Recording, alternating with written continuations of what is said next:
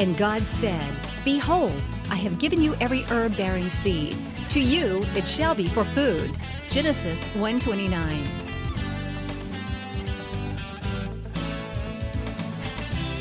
Man did eat angels' food. He sent them meat to the full. Psalm 78:25. Everyday Manna with Lisa. Hi everybody, and welcome to Everyday Manna. On today's program, we're just going to be having some good Southern cooking. We're going to be having a roast chicken, and I do mine a little differently. I put some lemon juice, and then I put a lemon up in the cavity of the chicken with onion, and it just is simply delicious. We're going to have a whole roasted chicken. We're going to have roasted carrots, and then we're going to have a pureed cauliflower instead of mashed potatoes, because everybody does mashed potatoes with chicken, but we're going to do something a little different. We're going to do cauliflower that we puree, and it kind of resembles mashed potatoes. Of course, it tastes like cauliflower, but it's simply delicious. We're going to get started on our carrots first.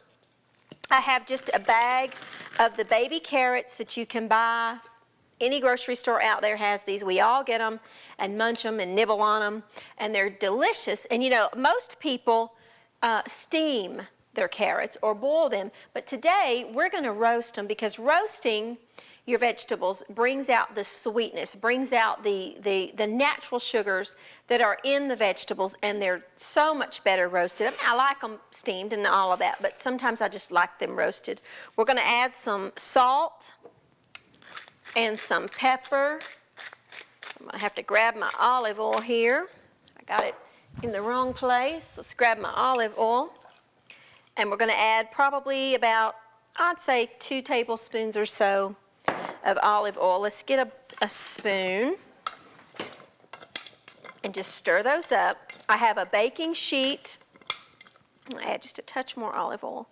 I have a baking sheet that I have lined with parchment paper. That's just for ease of cleanup. You do not have to line yours if you don't want to, but I find it's much easier to clean up if the baking sheet is lined. This meal could not be simpler. The majority of it is hands off.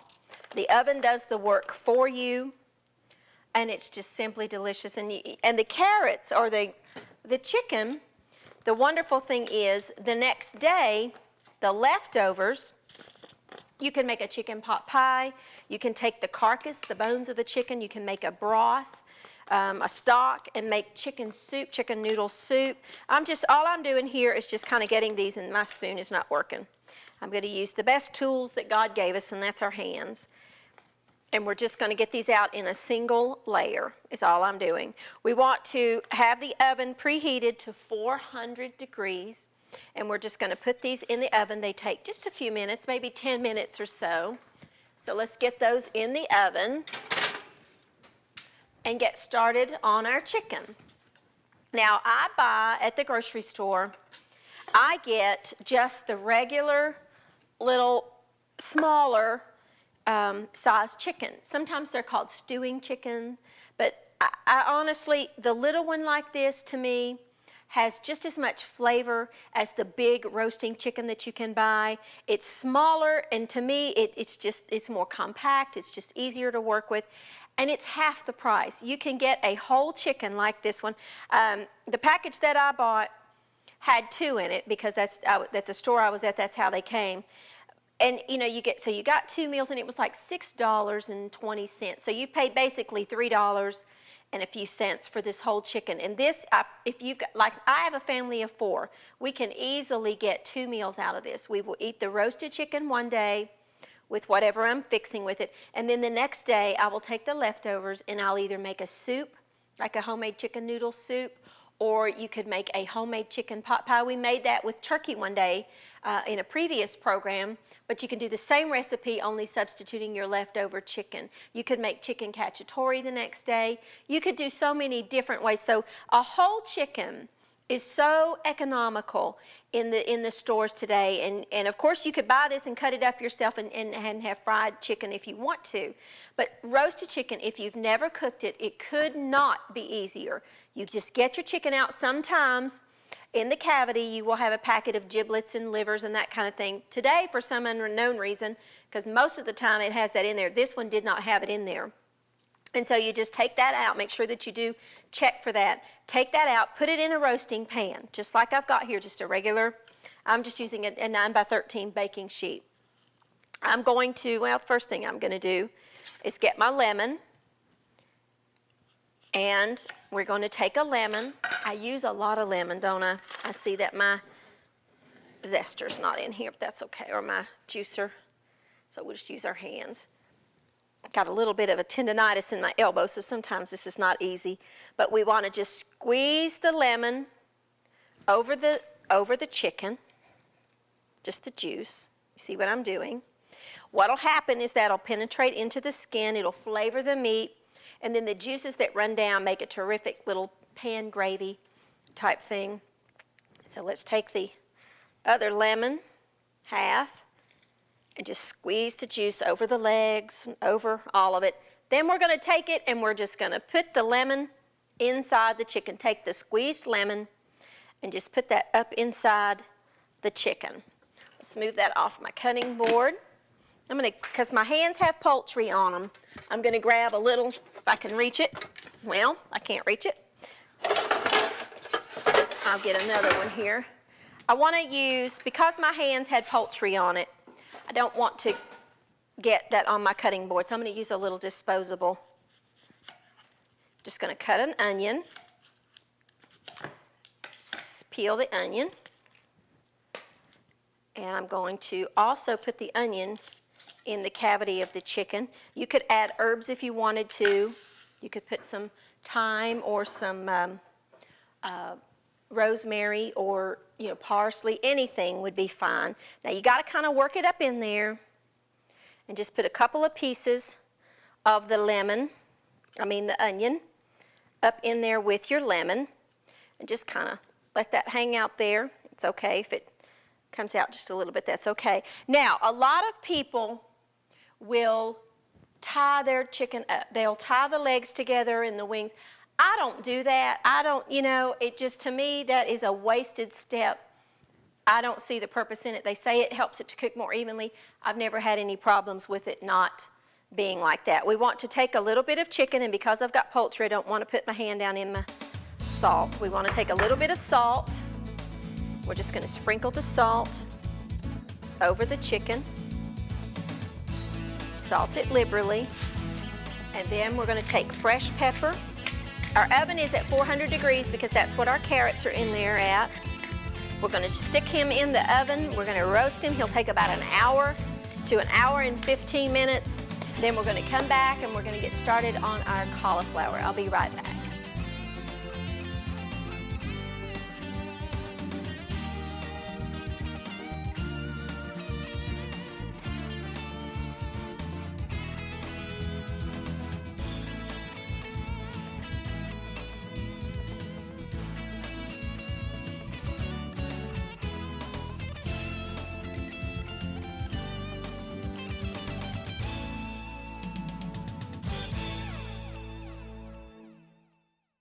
Hey, and welcome back. Now we're going to get started on our cauliflower. We've got 1 clove of garlic that I'm just going to take the skin off of here. And I'm going to just lightly dice this because it's going to be going into a food processor anyway. So we'll just kind of lightly chop that up a little bit.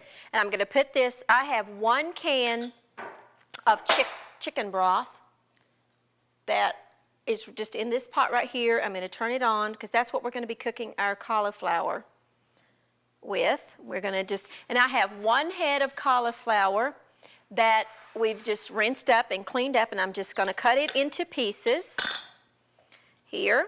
Now I love cauliflower. That's just one of those vegetables that I like. And I like it steamed. I like it roasted. It's delicious roasted. I like it just boiled with cheese sauce. But I also like it kind of made sort of like mashed potatoes. If you notice what I did, I cut my cauliflower head in half, and then I cut it in quarters. And I just cut out that core. That's all I'm doing right here, so that the flowerets, as they call them, will kind of separate a little bit easier. So we're just cutting out the core. That's, not very good, so you want to get that out of there. And then your cauliflower just kind of breaks into little pieces like that, or you can take your knife and cut, whichever you want to do.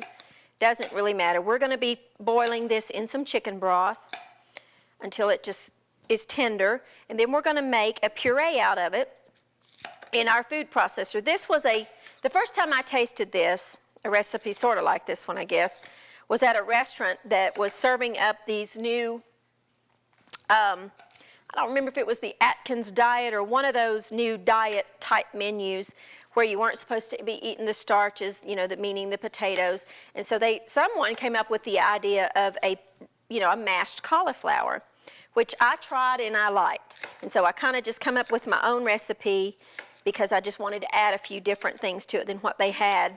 And it just is delicious. And it's a good, like I said, mashed potatoes and chicken go hand in hand. But sometimes you get tired of mashed potatoes and you want something different. And that's where this comes into play. Let's put our cauliflower in our chicken broth, and we're just going to, I've got 1 can of reduced sodium chicken broth here. And we're just going to put our cauliflower in there, and we're just going to let it, simmer till it's tender. It won't take it very long at all. And we're just going to put it in our food processor. And I'm not going to keep those little itty-bitty little pieces. We'll just get our board cleaned off.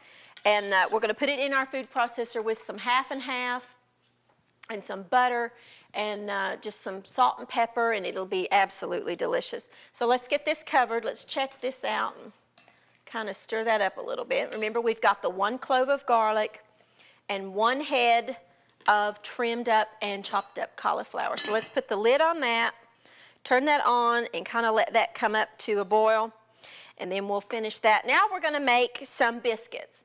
What goes better with chicken than just biscuits? And so I have today just a popular baking mix that you can get in any store out there. You know the brands. There's several different brands, and they're all good. You just choose whichever one that you like. And we're going to be using 2 1/3 cups, or 2 1/4 cups, excuse me, of just the baking mix that you get in the baking aisle next to the flour and the sugar and all that stuff. It already has your shortening and your baking powder and your baking soda and all that already added to it.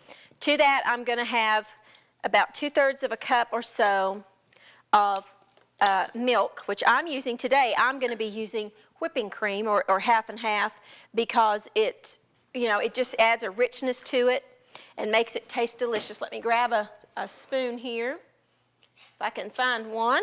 Let me grab one back here. And it makes your biscuits just richer, and it tastes delicious that way. Now, I say approximate measurements because anytime that you are baking, remember, it depends on the humidity of the day. Like, for instance, today is rainy.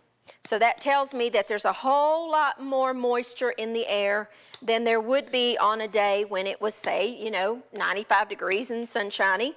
So, I may not need as much liquid. It just simply depends on the humidity of wherever you are. Now, we've stirred that together. Let me get my salt out of the way. I'm going to just put some flour in my bowl here. I'm going to flour my cutting board, and I'm going to knead this together for about, say, 10 or so kneads until it just comes together. I've said it many times, and I truly do mean it. Your best tools are your hands. They just, they get in there and they work and just start mixing it together, start kneading it until it comes together to form a dough that you can make into some biscuits. Just start, and I think I'm going to need just a touch more, not much, just a touch more whipping cream here. So let's add just a touch, just make you a little well in the center of your dough and work it around, and it'll be fine. Just take it, fold it over, and push it back with your hand, and that's what is kneading. That's kneading. You want to do it about 10 times or so until your dough kind of comes together.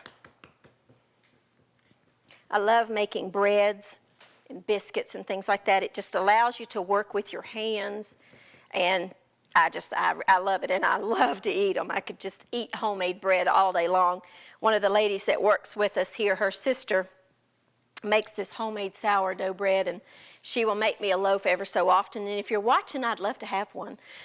She knows who she is, and she'll make it, and she'll send me a loaf of that sourdough bread, and I literally eat the whole thing myself. I sometimes will let Mike have a piece, and sometimes I don't. It just depends on how hungry I am. But over the course of a day or two, I will eat the entire loaf myself. I love homemade biscuits and bread of any kind. You just want to kind of roll them out till they're about 1/4 of an inch. I smell my garlic in my cauliflower. I smell it. Smell it, smell it, smell it. About 1/2 inch thick.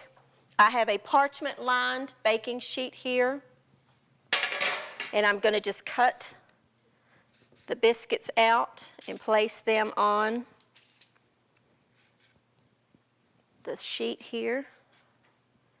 The oven is at 450 degrees. Now just take your scraps and re-roll until you run out of dough. When you make homemade biscuits, you get to do this over and over again. I bet you we've got some good biscuit makers out there. Many of you have made many more than I have, although I've made my share. I make my own pie crusts and all that kind of stuff. And sometimes, it'll fold over like that, but that's okay.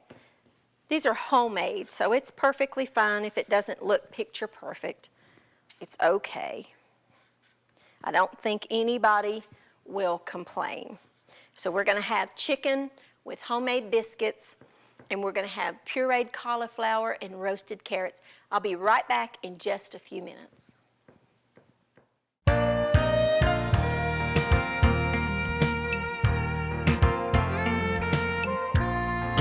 1 Thessalonians chapter 5, verses 17 and 24 say, "Pray without ceasing. He who calls you is faithful, who also will do it."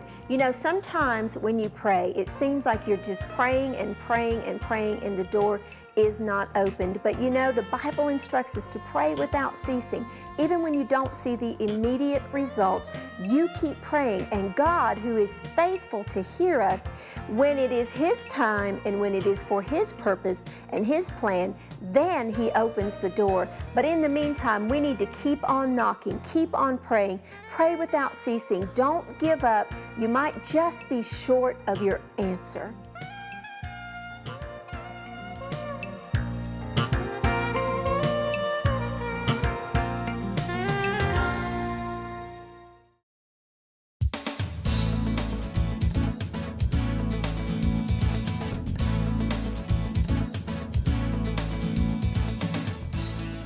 Okay, now our chicken is done, so let's get our chicken out of the oven. And we're going to make a little bit of a gravy, and the biscuits are just rising and they look so good. So let's get our chicken out. And let's come over here and look how good he looks. So golden and brown and yummy.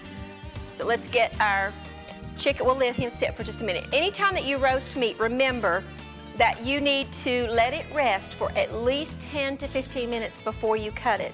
Because if you go into that immediately and cut it, all your juices will run out.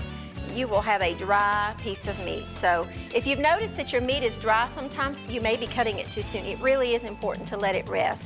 I have a skillet here that I'm just going to put on medium-high heat because I'm going to make just a light pan gravy with the drippings that's in our chicken. We have a lot of juices and so forth that come out. I've got about 2 tablespoons of butter, and we're going to just melt that. Let me cut that in half a little bit more so it'll go a little bit quicker. Let that butter melt. We're going to start out like any gravy or any sauce type thing. You want to start out with a roux. So we're going to let that melt. Let's turn it up just a little bit. Let's check our cauliflower. And I would say that that's done. And it is. You see how it's just kind of steamed in that chicken broth. And that's going to be yummy. I'm going to let the lid stay off of that for just a minute more so that the the rest of the chicken broth can evaporate out, and just leave a little bit in there to puree it with. And we've got our food processor, but our butter is melting. Let's go ahead and get our chicken out. Let me get him out of here. Ooh, that pan's hot. And let me see. Now, how am I going to do this? Let's see. Let's get some tongs and a fork. That'll work. And we're going to get him out onto our cutting board because we want all of those wonderful drippings that's in the bottom of our pan. Doesn't that look delicious? And friends, that is a couple of meals right there. So we've got our butter. Let's add just a touch of salt and a little bit of pepper. And then, like any roux, we're going to use some flour. You have to have something to bind it together. However much butter you use, that's how much flour you need. I had about 2 tablespoons of butter, so I'm going to use about 2 tablespoons of flour. Let's see how that works. Just kind of want to use a whisk and incorporate that into there. I need just maybe half a spoonful more of the flour, not much. What the flour will do is absorb all of the liquid in the butter. Just kind of let that hang out for a minute. This is called making a roux. If you've never done it before, it's just flour and some kind of fat. I'm using butter today. You could use olive oil, you could use bacon drippings, you could use, when you fry chicken, pour off most of the grease in your skillet. You could use the chicken drippings. My father-in-law loved fried chicken, and we would make a pan gravy out of the drippings, that's left over. Just pour off the excess fat, and you've got all those crunchy little bits, and it was delicious. And I used to make that for him all the time. So we've got our roux, and it's just kind of bubbling away. And I'm going to leave it on the stove because I want it to brown just a little bit. This is one of those things that's very tricky. If you let it go too far, it will burn just like that. So you've got to keep an eye on your roux. You've got to stir it. What you want to do, though, is you want to cook it for just a minute because you want to cook out that raw flour taste. It's very important that you cook out that raw flour. That does not taste good. In the meantime, while that's doing its thing, I don't think we're going to stick there.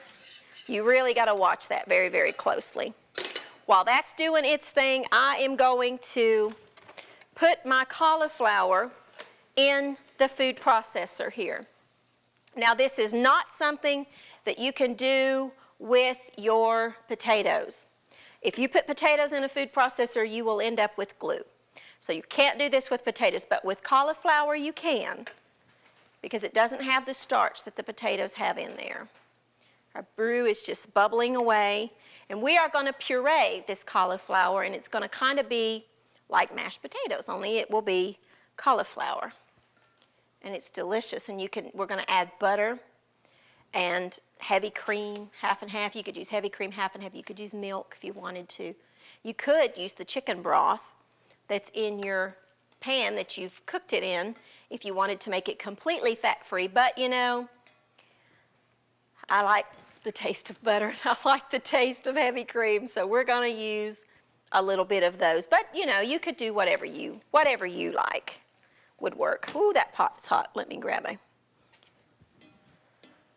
I love these little enamel-coated cast iron pots, but they do get hot. Now, let me check my roux real quick because I don't want to burn it. That's perfect. You see how it kind of turned that little bit of a goldeny brown color? That's exactly what you want. Let me finish up the gravy, and then I will show you how we're going to do the cauliflower. Now, in our roasting pan, you see all these beautiful drippings. Boy, you do not want to let that go to waste. So you want to just pour that right in there. And you just want to stir it around. And that makes a little gravy, a little sauce for your chicken. And that basically is done. We will add just a little bit of the whipping cream to kind of thin it out a little bit. And it's a thicker gravy to go over our biscuits, which is what we want. And so that is finished. Let's get that off the eye. Let's check our biscuits. Speaking of, let's look at our biscuits and see how they're doing. Oh, they're done. Let's get our biscuits out just in time. I did not burn the bread.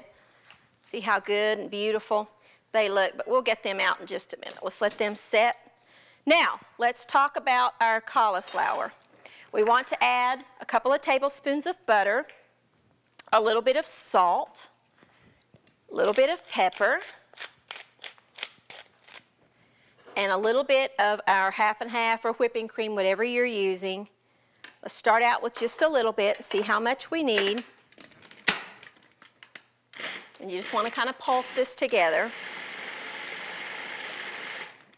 Let's see, I think I need just a little bit more whipping cream. You're going to need, probably about 1/4 of a cup to 1/2 a cup for a whole head of cauliflower.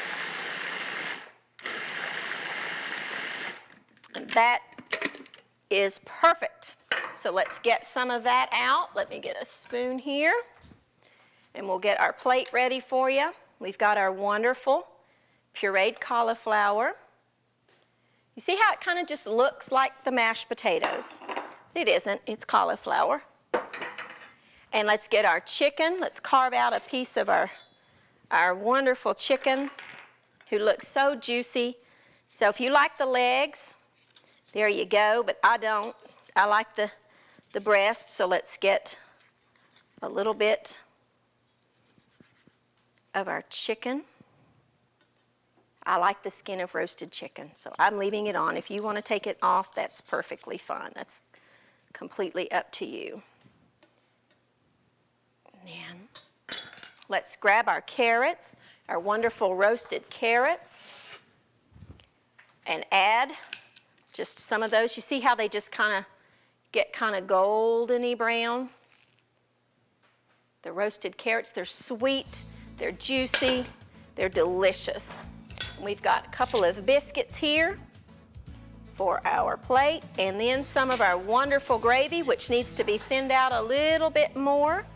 You grab a little bit more of this, and you have got a meal fit for a king. I hope that you'll try the whole roasted chicken. There'll be plenty of leftovers for a meal tomorrow. We'll see you next time on Everyday Manna. Due to the overwhelming requests, an Everyday Manna cookbook will be coming soon. To find the recipe of the week, log on to www.everydaymanna.net or www.livingfaithtv.com.